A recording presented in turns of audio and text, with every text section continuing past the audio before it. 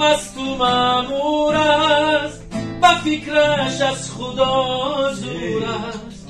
عجب دنیاست این دنیا، یکی دور از وطن باشد، چو گل دور از چمن باشد، چو جانی دور ز تن باشد. عجب دنیاست این دنیا، یکی بیچاره و تنها، یکی لب تشنه دست، یکی به در به پروا.